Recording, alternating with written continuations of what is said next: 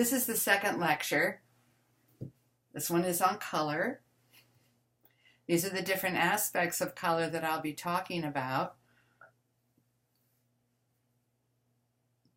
I don't need to go into any depth to talk about primary, secondary, complementary, analogous. You know all those things, and so it doesn't make much sense for me to have to review them.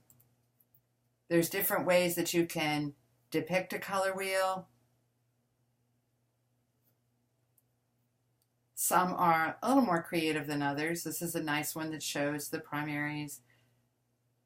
When the primaries are combined, the secondaries.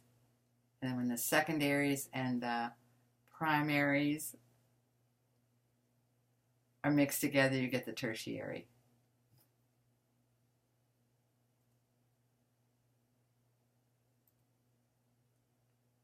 This is a neat one. The color wheel is laid out as it corresponds to zodiac signs. We're going to be talking about Vanitas paintings instead of a lot of detail about color theory. The Vanitas paintings actually started 17th century Holland. Here's an example of one. This depicts Bailey as a young man holding a contemporary self-portrait. He was in his 60s when he painted the work. This gesture fuses together portraiture and still life into one Vanitas concept. A Vanitas concept. That had to do with not storing up, not pulling together every toy, it's called an allegory of the vanities of human life. And we will find that the skull is pretty central to most Vanitas paintings because it is a universal symbol of death. The chronometer, which is that thing that looks like a pocket watch there, obviously, is symbolic of time. The gold oil lamp, which has been extinguished, is death, life extinguished. The shell, highly polished specimen, usually found in the Southeast Asia. If you were to be in possession of one of these, you would be considered to be wealthy because it was such a rare object from a distant land that only someone wealthy would have it. Also a symbol of birth and fertility. The books represent the range of human knowledge, while the musical instruments suggest the pleasures of the senses. Both of these are seen as luxuries and indulgences of this life. The purple silk cloth, an example of physical luxury. Silk is the finest of all materials, while purple was the most expensive color dye, obviously often associated with royalty.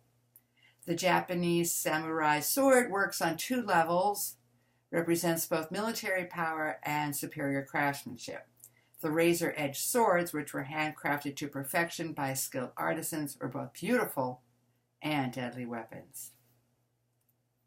Here's another one, 17th century Holland artist. The candle again, the skull, the timepiece,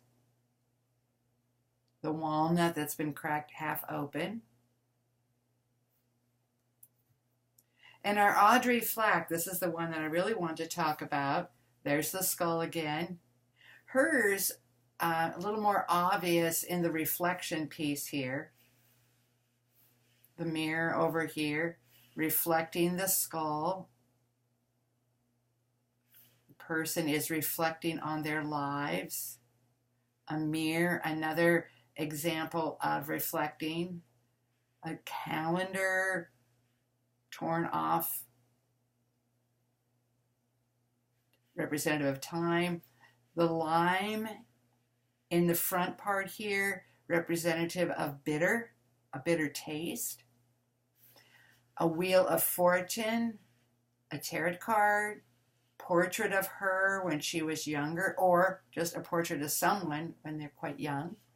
These red berries, rich, lush berries, representative perhaps of youth. Lipstick, cosmetics, trying to retain our youthful appearance. And then we slide down this beautiful color intense blue. Some value changes in here, sort of some tints and then shades. The berries again, the mirror again, the cosmetic puff, having to do with cosmetics, jewelry. Our eye comes up here and we're looking at the hourglass. Color intensity, complementary colors, the green and the red, the blue, and the yellow. Primary colors, green and the red, complementary colors sitting opposite each other on the color wheel. Another Audrey Flack, the timepiece, and the hourglass. Pictures of young children, pictures of starlets whose candle has gone out. Cosmetics, cosmetics, cosmetics, cosmetics. A little mug from Holland, perhaps a nod to the first Vanitas painters. Clock, time, the candle, the lipstick, a paintbrush, a mirror, again, the reflecting, the purple, remember, the flowers, the calendar again, time passing, the grapes, rich, luscious, perfume, all earthly. I'm not sure if this is an orange. Green pears in contrast to the red material here, complementary colors.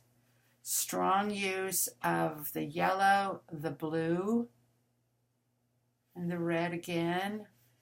We talked about that triangular composition before. Here it is again. So she uses really strong colors to make her points. She's broken this up with this book that's been opened to this picture of Marilyn Monroe. Nice composition, but very intense colors. Here's another one of hers, the rose. Looks like some dew or some water is on it. Here we have a chess piece. This is the queen. Again, cosmetics. Looks like maybe a bottle. The timepiece again. The mirror, the reflection. This is obviously quite a bit about the queen or a queen, beauty queen perhaps. The chess piece, a queen. All of this though just passing. The orange, an apple. All these things about youth. But as time marches on, again, the red, the yellow, and the blue, she likes to play off those primaries a lot. Orange and blue, complementary colors. The red and the green, complementary colors again. That strong triangular composition that we've seen before. But the intensity of these colors is what really, really draws our eye, especially that red. Here's another one that is just loaded with color and texture. Candle in the foreground, life. There's that mirror again. Here is, I'm not sure which girl looks younger, but they are portraits. The mirror, again reflecting. The grapes, there seems to be a lot of them. Bountiful, perhaps. Here's a bird cutting through the whole thing.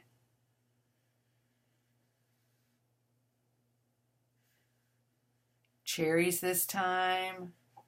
Orange. Look at these colors, though.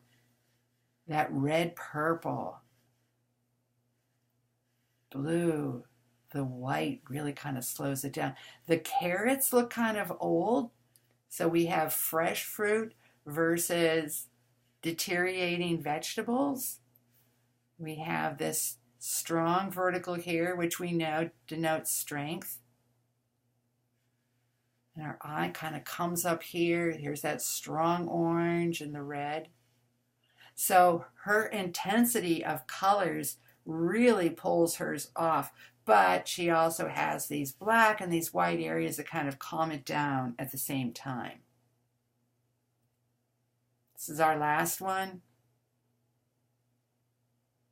This is more, remember we talked about the horizontals last time and how calming these are. This is a much more calm organization versus this one. There's so much going on. This one has so much going on, and this one very calm. Everything in this one seems to almost have its own place to survive. Here we have the jewelry, the gold bangles, the ring. Here's the timepiece again. There's our clock. Old traditional pictures. Looks like a very old bottle here. We have a little cupid here. We have the reference to the jewelry, to wealth. Salt and pepper shakers, I'm not sure. And then the fruit, always indicative of light, of freshness. So this one's very different, but she has a lot of emphasis on the jewelry. But then that sneaky little timepiece. So hopefully in this lecture today, you've been able to see how color can really change or intensify a message that the artist is trying to convey.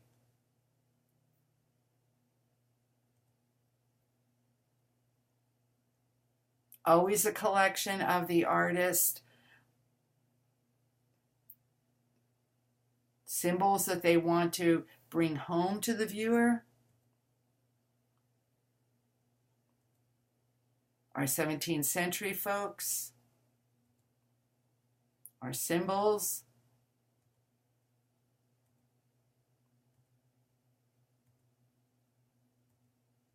and back to where we were with our Audrey Flack Wheel of Fortune.